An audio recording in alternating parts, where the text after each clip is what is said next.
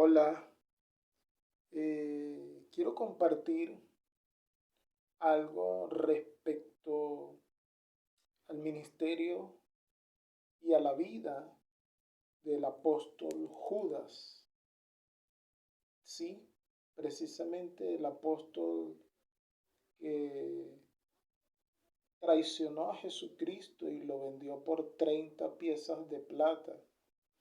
Hay algunas ideas en las cuales he estado meditando, entre ellas. Desde un principio, la Biblia enseña que Jesucristo, antes de elegir a sus discípulos, los apóstoles, pasó toda la noche orando.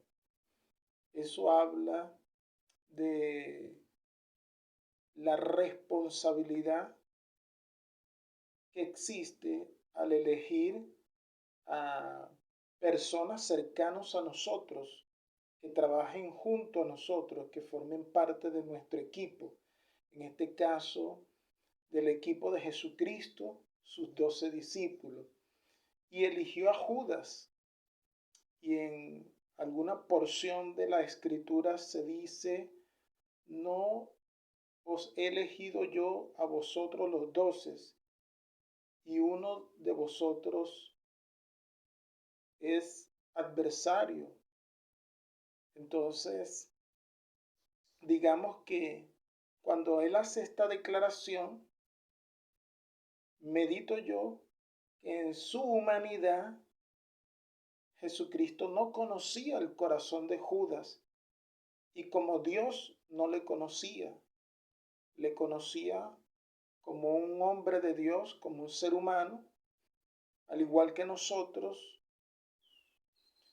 y que para cumplir la misión asignada por el Padre, Él se desprendió de su deidad, de su divinidad, y como hombre, Él pudo vencer todas las situaciones que se le presentaron.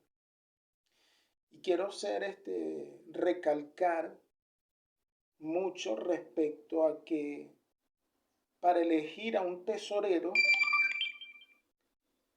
como lo eligió Jesucristo para su ministerio, pienso que Judas reunía una serie de virtudes muy positivas como para entregarle las finanzas del ministerio, y yo creo que hasta las finanzas personales de Jesucristo administró Judas. Estoy seguro que Judas era un hombre que sabía de contabilidad, de que sabía manejar bien la administración y los recursos, y que en sus inicios lo hizo tan bien que se ganó la confianza del Señor como la del resto de los discípulos y apóstoles. En ninguno de los 4 evangelios ni en el libro histórico de Hechos de los Apóstoles se menciona alguna sospecha, alguna duda respecto a la vida personal o ministerial de Judas.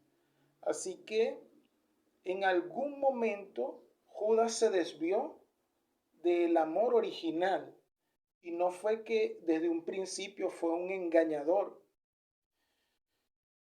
Es muy distinto al caso de la vida de Jacob, que desde un principio tenía un estilo de vida particular que lo caracterizaba por usurpar, por ser tramposo, habilidoso, de caminar, digámoslo así, como al borde de la ley, sin traspasarla mucho, pero sin consagrarse tampoco.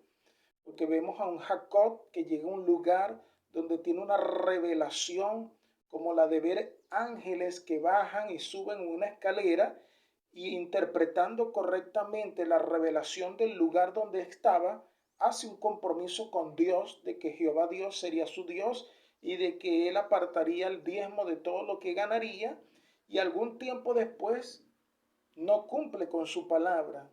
Aquí vemos un hombre inconstante, o como llama la Biblia, un hombre de doble ánimo, el cual Proverbios dice que es inconstante en todos sus caminos.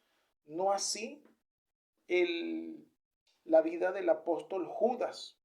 Judas para ilustrarlo al tiempo presente, podríamos decir que era para Jesucristo un ministro de economía, alguien que podía administrar las finanzas, alguien como presidente del Banco Central, un hombre formado probablemente en administración, en contabilidad, contaduría, alguien que tiene estudios superiores en administración. Aquí en Caracas, Venezuela, tenemos al IESA, Instituto de Estudios Superiores en Administración.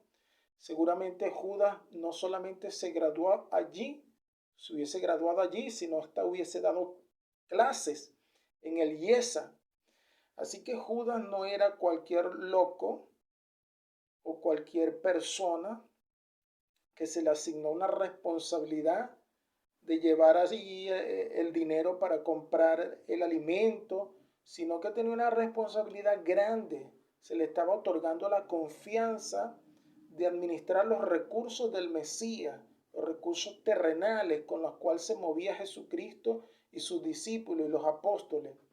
Entonces estamos hablando de alguien que era enfocado a la excelencia, como muchas veces hoy en día en las iglesias hay ese enfoque, esa enseñanza, y se prepara líderes para que sean excelentes en su área, no solamente en el área de la adoración, la música, la predicación, en el arreglo del templo, sino también en la administración de la finanza, la economía, en que se lleven de una manera correcta y sana.